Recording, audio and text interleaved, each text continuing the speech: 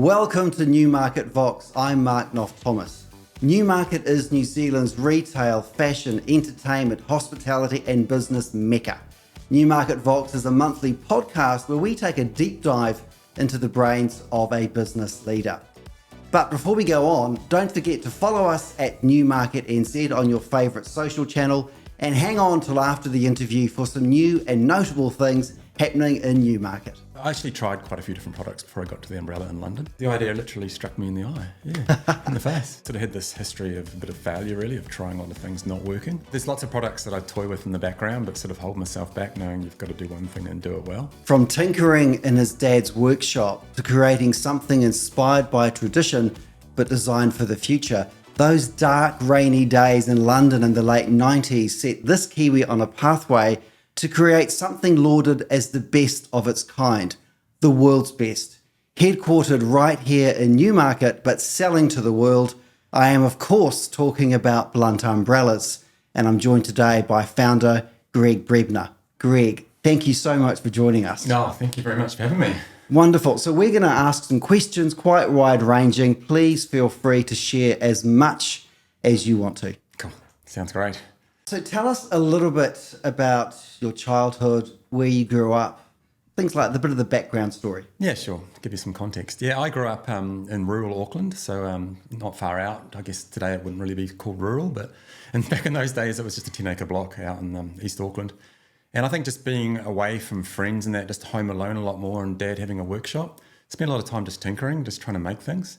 And I've got a father who's an engineer and just seems to be able to make anything and fix anything. So that was sort of inspiration growing up, and just spending that time in the workshop, just loved the idea of creating something out of nothing really, just raw materials, wood, whatever, just creating anything really. Brilliant. Yeah. So where did you go to school, and do you have siblings? Yeah, I got a sister, an older sister, 2 years older. Went to school, Cockle Bay School, which is East Auckland as well. So we're always on the country school bus going in. So I spent a bit of time on the bus daydreaming about little product ideas and things. But yeah, that was the background. I love it. Cockle Bay is a great part of the country, but great part of Auckland actually. So Yeah. Blunt has become obviously iconic globally, but also very iconic for New Zealand. Where did the name come from? The name really came about just from the shape of the product. Like, we always think it's quite obvious because it hasn't got sharp edges. But that really speaks back to the initial inspiration of being on those London streets, worried about my eye being poked out. Yeah. Just being a bit taller, and umbrellas are actually quite dangerous things. People don't really think that, but they've got those sharp edges. And when you're walking around on streets and you're a bit taller, I just found myself arriving in London, having to navigate through all those spikes as being something quite dangerous. So do you think your physicality probably actually may have led you down this as a bit of a pathway? Yeah, I think so, yeah, because the idea literally struck me in the eye, in the face. Okay, so you're in London, the ideas started clinking through, and your brain's going into overdrive thinking about sort of, some sort of solutions. But where did it all start? Yeah, I think I grew up with this love of the idea of inventing. Like, you grow up, some kids want to be astronauts, firemen or whatever, but just to be an inventor in my mind was the best thing ever. Just that idea of coming up with a product and being able to sell it to the world and making some money. When I saw stories about that when I was a kid, I thought, oh my God, that'd be so awesome. So I grew up with that mindset, and then I think as you grow up, you realise things are a bit harder than they look from the outside, and sort of left me a bit. And I just went through school. I was a bit of a daydreamer, didn't commit myself that much, but got through and got an engineering degree. Uh-huh. And then my first job out of school was at Fisher & Paykel Healthcare, and that was really amazing. It was working on mobility scooters. Fisher & Paykel did the old scooters for mobility back in the day. And that was like a little business within a big business. And just that first exposure to, I guess, what a business could look like from all points of view, like marketing, sales, manufacturing, everything. We did the whole lot. But it was within the environment of a bigger business that had a lot of resource. So those combinations of the two things just really set me out to see what a business looks like. Yeah. So that was really cool. But at the same time, I thought I really want to do my own thing. Yeah, it was kind of entrepreneurial thing bubbling away in the background. So you came back from London, late 90s, early 2000s? Yeah, early 2000s. So I actually tried quite a few different products before I got to the umbrella in London. Okay. So I sort of had this history of a bit of failure, really, of trying a lot of things not working. Yeah. And that's always quite interesting talking to people about. Everyone has these ideas in life, and they get super excited and they go on this sort of roller coaster ride of convincing themselves out of it almost. Yeah. And I was really, really sensitive to that. That is the human condition, though, isn't it? Absolutely is. It really is. Yeah. So, from the outset, you just have this emotional energy for it and you think of all these wonderful things. Yeah. And then sort of reality hits, I guess, when you think about it for too long. Okay. And you talk yourself out of it. And I was on that roller coaster. So I got really sort of, I guess, frustrated at what actually does it take to be successful at something like that? Yeah. Because it doesn't happen very often. There's not many stories where someone's taken a product idea off the street, so to speak, and take it through and be commercially successful. You've sorted out a problem. You've actually nailed it. Leapfrogging right through to 2024, you recently opened a retail store in Kent Street in Newmarket with your workshop. What's the rationale behind that? It's really about getting closer to consumers. Like we always had our service centre, so from day one we always serviced our blunts really, really well, which is a big part of our story. Yeah.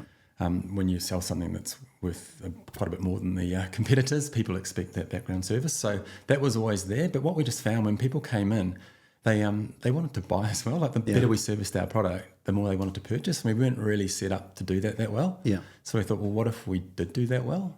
And the way retail's going now, it just seems that service and retail combination is really powerful. Absolutely. And we want to do it everywhere, right? But to do it really well, we need to have that, I guess, that flagship. So have we the can hands-on. learn as much as possible. Yeah. So we thought if we can do that on our doorstep, we're going to learn so much about going out to the world and doing it even better. Fantastic. Yeah. Going back to those early design days, when was there a eureka moment when you thought, oh my God, I've nailed it? What I'm doing with this design, the changes I've made to this is actually going to be a game changer. I think, I got super excited a lot of the time. Okay. And a lot of it was over nothing. Yeah. But I think I'm an engineer at heart. So I think when I worked out that there's actually a different way to make an umbrella fundamentally with how the whole fabric and the tensioning works in it. And when I got to the point where I realised I could do that differently, that was a bit of a eureka moment.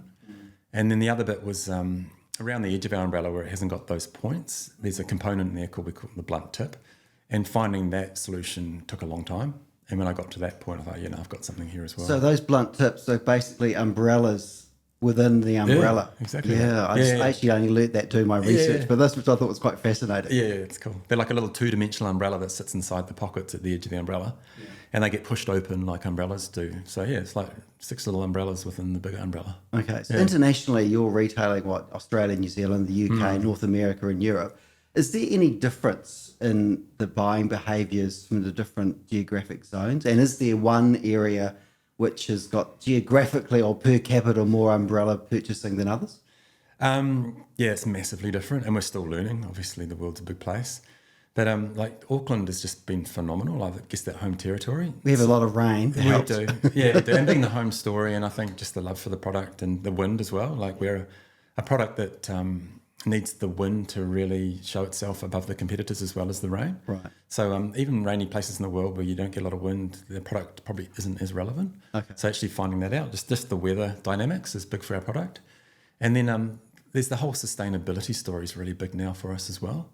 So people that see the value just through the endurance and just people that are hacked off with buying rubbish in parts of the world like that. So there's lots of little hotspots. But it's just finding that. But yeah, Melbourne's huge. That's growing and that'll probably take over Auckland potentially in the next couple of years, which is fantastic. So to go to another country where you can see our product, that's when I get a lot of, fulfillment. Yeah. We're not just the home story. We actually are doing it properly. So are you retailing online only overseas, or are you going into stores around in those geographic places as well? Yeah, you've got to do it all. Like to create a brand, you've really got to be in those stores and that physical touch point. And the word of mouth is huge as well. So when we get into shops where people love the product as much as we do, that's just gold. So for people to come in and see and go, well, why is it so expensive? Yeah. And someone who owns it, might blunt themselves, is behind the counter, and they give the story of why they love it. You can't beat that. That's just a real genuine message. I've got to say, I've never heard anybody ever say anything negative about a blunt umbrella. Not that I have lots of umbrella conversations, but when I have had them, blunt's always, oh my God, they're amazing. Yeah. They're a game changer. And the fact that they're designed to blow inside out and back again, they're not going to get damaged. That's a bit of a game changer. Yeah. I thought Wellington might be quite a good market. That's massive. Yeah. I don't think you see many other umbrellas down there now, actually. No. I just get, it's good to be out of Auckland, another city, and just see our product everywhere. It's a real... So since you started the business, and obviously that things have evolved over time, as you know, you're learning and growing all the time. What sort of some of the major changes you've gone through as a business? I think there's been two phases really for the business, and like every business starts in a startup mode, and that's where you're pretty much just trying to survive. And a lot of that's sort of led massively by the offering, and I guess the creativity and the passion and all that sort of stuff is really behind it. So it's really led by the heart a lot. And then as you grow and you get to certain stages as a business, you need to become more sophisticated, and then it needs to become more led by the head. And that's a massive switch. And a lot of businesses need to go through it, and that transition was actually quite difficult. And I think that's pretty typical of a lot of businesses that start from nothing. Yeah. So that, and from a people point of view, that's huge as well. Just getting people, initially it's people that are in love with what you're doing and entrepreneurial in themselves. And then as you get further down the track, you need more specialists and that. So that's a different mindset. So going through that transition. Have you ever had a moment or moments where you thought, oh God, I just want to sell up and walk away and do something else? Not really, no, because I don't think I've really had a plan B. You know, you talk about people that are successful, it's like they never had another option. Like I never was really on a career path that I wanted to follow. I always loved the idea of doing my own thing. Brilliant. And there's always so much potential, and when you see potential, you just want to be, you got a vision for what the future could look like, you just stay in it. I think you only sell if you lose that vision. Yeah. You mentioned before that, obviously you've got a naturally inquisitive mind and you like to create stuff. If you hadn't done the blunt umbrella, is there another product you think, I wouldn't mind giving that a crack to see if I could make that better? Oh, there's lots of products that I toy with in the background, but sort of hold myself back knowing you've got to do one thing and do it well. Yeah. But the type of products that really intrigue me are the ones that have sort of been on a path, I guess, into mass production and just sort of lost their mojo, like the umbrella. Yep. Like potentially like luggage could be one of them, a product like that. And it just feels like back in the day, everyone was really creative with their offerings and everyone did things slightly different. But then everything got too expensive in markets. Everyone went to the factories in the East, and then the manufacturers started to define what the product is. And then the brands sort of came in and made it more about the outside brand as opposed to what the product offering was. So these sort of categories where the product's sort of been the same for 20 or 30 years, that really intrigues me. I think that's massively ripe sort of space for innovation. Yeah, and that's where I'd love to spend my future. Brilliant. Yeah. What do you do to relax, and what are your hobbies? So how do you sort of get away, or how do you get out of your head and sort of just, really get yourself to a really calm space? I think being on the water is the best thing for me. I think just being even just away from cars and just the land. Grew up on boats. Dad always had boats. So that's definitely a different mode in my life. So to actually get out in the water, and I think this time of year, and I think that's why I like spring so much, is because the season's coming back in. And whereas winter, you kind of get starved of that getaway. So yeah, I think, being on the water is my big sort of... No, spring, I think, is absolutely a time of renewal, isn't it? When you sort of come out of hibernation and get back into living again. Yeah. Hopefully we're all doing that now. We've had a very long, slow winter. Exactly. Back to the business. When has there been like a real pinch me moment, like, oh my God, this is real and this is really bigger than I expected it to be? It's just lots of little moments. I don't know if there's really been massive ones. Like there's been definitely milestones. Like I think when Karen Walker sort of identified us and we saw articles, her sort of complimenting us, and we did the collaborations with her, and because she's so much bigger than us and her exposure around the world, that was like a real validation of, we're on the right track here. That was awesome. And I think just getting into some markets and just travelling and seeing blunts, like more than one blunt on a street. I was going to say that when you're walking, you go, oh my God, it's one of my umbrellas. And it's like, a bit of a kick out of that. Walk up to them and have a conversation. Hey, you're like, I designed it. Exactly, that's a bit odd. They're like, what do you want? Crazy guy. Do you have any regrets? No, I don't think so. I don't think everything's just a learning. Yeah. It feels like things have probably taken a bit longer in some ways, just through lack of knowledge. Like I think today, if you started out doing something like what we're doing, the amount of just information, like just podcasts like this, it wasn't really around 20 years ago when we started. Right. Yeah. So it felt like we're dragging the chain a bit because we're learning everything the hard way. And I'm sure there's a lot of things we could have done a lot quicker. But having said that, when you learn things the hard way, it's really ingrained. So it's like you're actually learning it the proper way. So, and also as a brand to actually grow a bit slower, I think you actually get a lot more credibility. It's like there's so many brands today that are like spouting up about, the whole greenwashing thing and all that. But when you can say you've been around, like since 2009, we've been on the market, like repairing product and that's actually a fair bit of pedigree now. So for trust and people when they come to buy our product, these guys have been around for a while. Actually, the repairing side of it is something maybe not everybody is aware of, but you actually can have your umbrellas repaired and fixed up. Yeah, and that's something we're evolving all the time. And to be a global offering where you can repair is actually quite difficult to execute because there's that human element. So our big vision for the future really is to make the products almost like a Lego system where anyone can repair them. It's like we liken the light bulb analogy. It's like your house. If the light bulb blew, you're not going to throw your house out. But if you replace the light bulb, right? Right. So it's like so many products today, you throw the whole house out because something breaks on it. So appliances especially, they're exactly really problematic. Yeah. So if you design it from day one, that's perfect. Like our handles and our umbrellas come off like a light bulb comes out of a light socket. And so many dogs chew on handles and things like that, and people think their umbrellas are wrecked. And there's some really quick ways to fix it, and they can actually do it themselves. And when they do that, they just get so much more connection Well, with I've the learned product. something new, which is really good. Yeah. Oh, no, it's really cool. Next time my dog has a go at my umbrella handle, I know what to do. Expanding slightly, no pun intended, do you have any sort of bucket list things you want to achieve, either business or personally, in your life? I think I would like to repeat the umbrella journey when it's right, and just to prove that it's not the one-trick pony sort of thing. And there's plenty of things brewing in the background, but it's just timing. And when you have a brand and there's a vision for the brand, it's got to be so pinpoint. Like we're a little New Zealand company trying to go to the world.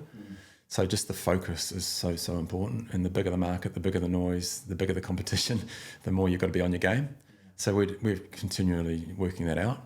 Yeah. Competition-wise, is there a global player who you find yourselves up against? No, just it's just really country specific. It just feels like, again, the manufacturers have defined the offering and each country has their own little brand doing their version of the same thing almost. So we're kind of really unique with our technology being, quite different. So we don't really come across the same competition in every market. Okay. It's always different. But having said that, the flavour is quite consistent. Yeah. When you think back to those dark, rainy days in London, and I think many of us spent time in London in the 90s and it was pretty dark and rainy. Is there anything looking back you would have done differently getting you to where you are today? No, I think back those times were just really special. I think creating the vision for what could happen was massive. I spent quite a bit of time just wandering the streets unemployed when I first got there. Yeah. And just picturing like Regent Street's one place, just this idea of these amazing umbrellas coming down, these people having these awesome experiences. And I think just that in itself seeded the future a lot, just getting your head right for what the future could look like. Yeah, I don't think looking back I could have done much different. Awesome. So you recently shot a new campaign in Sicily. Is that part of the business, like sun and UV, that is evolving for Blunt? Massively, yeah. No, UV's huge.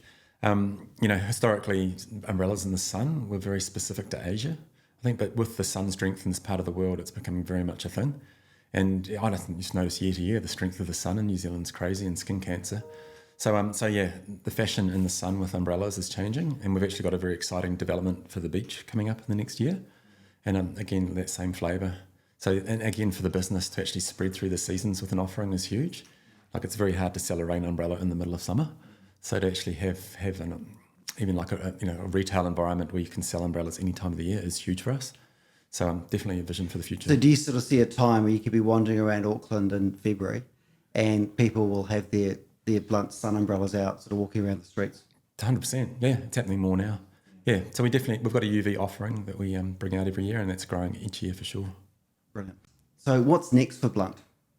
Well, like I said, the sun offering is a huge focus. So the beach environment, like we just love the idea of sort of owning environments when it comes to Blunt. Like if you can own the street environment, it's really powerful. In the summertime, to own the beach environment would be fantastic, especially Australia. That's a huge sort of focus for us. Just evolving the product. Like the small product, the Metro is our most popular model, but the smaller we can make that, we know the more popular it'll be. So that's a huge focus to do that. And then again, just making them as repairable as possible. That really sets us apart from the rest of the market. And it's so sustainable. It's great. People are all about that. Yeah, and the whole industry is built up on obsolescence, to tell you the truth. Like it's actually in the industry's interest for umbrellas to fail, so people will buy more. So just going against the grain of that is really powerful. Yeah. It's fascinating, actually, because I think consumers are starting to demand more and more and more around the sustainability. Absolutely. You also have a range of dog jackets, of which I bought one for my Cocker Spaniel, who wears his in the rain. It's quite cool. So what was the thinking behind the dogs? Is that to sort of complement the umbrella range? 100%. Yeah, it's about the lifestyle side of it and anything that sort of, I guess promotes the popularity of the umbrella. And a lot of our markets, we know that people have dogs and they look after them as much as they do their children. So to give them that offering as well. And we had a launch up in Remuera, and that just went so well. Just that market itself, just the nin of dogs and the way people look after them. People love their dogs, and people always buy things for their dogs. Going to change tack again slightly. What's your favourite takeaway meal?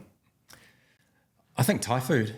Yeah, I love Thai food. It's I guess the healthiness of it, but also a bit of a treat. Love it. Yeah. So, what's the worst holiday experience you've ever had? Looking back, when I first left university, I lived on a ski field in Lake Tahoe for a season. And we had a weekend away as a holiday break, and we went down to Las Vegas. And because we didn't have much money, we thought it'd be a really good thing to not actually get anywhere to stay for the weekend and just stay in the casino all weekend. And by the end of that, we were very broken, and it wasn't a good experience at all. Oh, love that story. What is next for Greig personally? I think just getting the balance of the work and the creativity, and as the team grows, just understanding how I fit into that model. Like for a long time, it was just me working on the product at Blunt, and we've got some really clever heads in the business now helping me out. So it's just trying to evolve into that role, and I guess also just globally what I can do to promote the brand more, so a bit more travelling, and just understanding markets better, and just I guess being more helpful for the brand as a whole as opposed to just deep in the product. How do you service those markets? Like, do you do like trips around sort of the various geographic locations every year, or do you have local people, agents operating for you? Yeah, we've got a mix. So early days, it was just trying to be everywhere really quickly and really scattergun the markets. And that was a bit of a mistake. Like, I think Kiwis always think they've got to be in the big markets to be successful. But the reality is, like, Australia's next door, it's way bigger than us. So we've sort of worked out the best way to get into these markets is to have our own people there. So in Australia, we've got two of our own people there now. Okay. So that gives us really good insight, and to have that direct eyes and ears on what's going on every day is brilliant. Same in the US, we've got that now. And in the UK, we've got agents, sales agents. And again, we've got them here at the moment, actually, in Auckland. Brilliant. So the closer we are to these people who are in our markets every day, the more micro insights we're getting so that we can actually really understand what's required. And the more they understand, the more they can do with their markets as well. Exactly. Okay. So being here in Auckland and just seeing what a successful market can look like, and just having that vision for themselves and how that can be translated into their market is gold. So the business is obviously going to keep changing. You're going to grow, and I think as more brand recognition hits out around the world, it's going to pick up exponentially, I'd imagine, because it is such a great product. How are you going to approach that change process? I think it's just looking to others that have gone through it themselves as well. And especially, I guess, other people in New Zealand, just getting, I guess, some insights from people that have been on that journey already. It's fertile, new ground to me, so I really don't know. But you've got to be true to yourself. You've got to be true to who you are and what you do. And for me, it's not my most comfortable place to be. Like, I really do probably slip inside my head as my comfort zone. So I'm not that extrovert, sort of traditional founder type. So it's actually trying to work on that as well, and actually being true to yourself, but also what the market demands from sort of the founder of a business. And maybe playing to your strengths and bringing in people who can play to their strengths to help enable that to happen. Exactly. Right? Yeah. And I think just sharing the story like I'm doing now, it's really quite genuine. Like, we've got nothing to hide. So the more you can stay within your, being true to yourself, it's really important. It is actually a wonderful and a very Kiwi story where you've taken an idea and developed something which is actually game-changing as a product. It's quite remarkable. Yeah, thank you, yeah. And I think the story for the UK especially, like, it's actually a UK story as much as New Zealand having been there. So to actually get over there and actually shape it the right way for that market is really exciting too. Because for me to see the success there, like we've got here in New Zealand, is kind of full circle for me a bit. I think that's when I really feel like you've done it. Yeah. Like the vision of, like, Regent Street, like I said, just having that, a number of Blunt umbrellas walking down that street, that'd feel really good. That could be an amazing campaign, actually. Like hundreds of Blunt umbrellas and with guys in bowler hats and pinstripe suits walking down Regent Street would be fantastic. That'd be amazing. Yeah, absolutely. So when was the last time you were with family or friends and had a rip-snorting belly laugh? I think it was very recently. We just had lunch with my cousin. So the group of cousins got together here in Newmarket. And over a pizza, just hearing his stories from living in Colombia for the last 20 years and some of the things he got up to. He's just such a character. So I had a great time with him then. It's good to laugh though, right? Oh, fantastic. I love it. Yeah. So to finish off, got some quick fire questions. So please just blat out the first thing which comes to mind. These are some favourites. What's your favourite book? James Dyson's story. Great. Vacuum cleaner. Of course. Massively inspiring. Yeah. Favourite movie? I'm Deadpool. It's actually got Blunt Umbrella in it in the Is it background. of the really? scene. Yeah, I only found out like 2 years later. It was my favourite movie anyway. That wasn't a thing. That was just, this No, it's happened. just like a prop, but it's in the background. You got to look really carefully. That's It's fantastic. like my favourite movie. Yeah, I was so stoked because I didn't even realise to start with. Who's your favourite musician? Oh goodness, so many. I think Billy Joel. I love. So many. Yeah. What's your favourite season? I love spring actually. I love the days getting longer. Yeah. Yeah. What's your favourite drink? Oh, I'd have to be an XPA beer from down the road, Aqua Brewery. Yeah. Brilliant. Well, Greig, thank you so much for sharing some insights and hearing more about your story. I've got to say I've learnt quite a lot. It's been amazing. So thank you so much. Oh, it's been fun. Thank you very much. Well, that's almost it for this month, but there are a few things to keep on your radar. Westfield is soon to welcome our first Cinnabon inside 277. We've got Nero Tapware opening on Morrow Street, and John Barleycorn Tap House is about to set up residence on the rooftop. Also outside Westfield on Broadway, we've got Decuba relocating from Osborne Street, Stolen Girlfriends Club has reopened in Teed Street, and Untouched World is making its debut on Osborne Street. That's it for this month. Cheers.